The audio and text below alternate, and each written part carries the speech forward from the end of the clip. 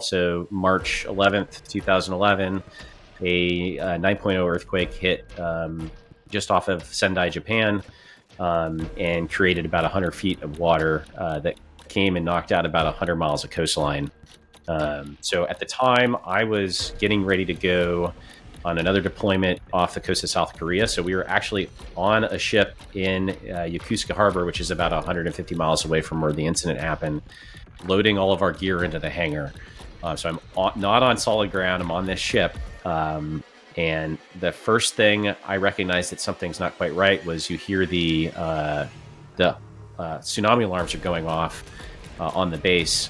And then I start feeling this 500-foot long Navy warship that we're on get pushed up against the dock just from the seismic activity creating like a tidal shift down there. And granted, nothing happened to us down there at the time, so we knew something was off. And later that day, we drove back, and it was like 7 hours just to get back to where our base was, which was usually like an hour drive. But all the power had went out in Tokyo.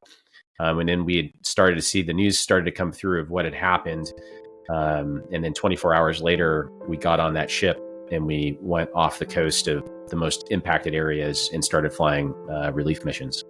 I still look back that for me, that was probably the most impactful moment of still is the most impactful moment of my career.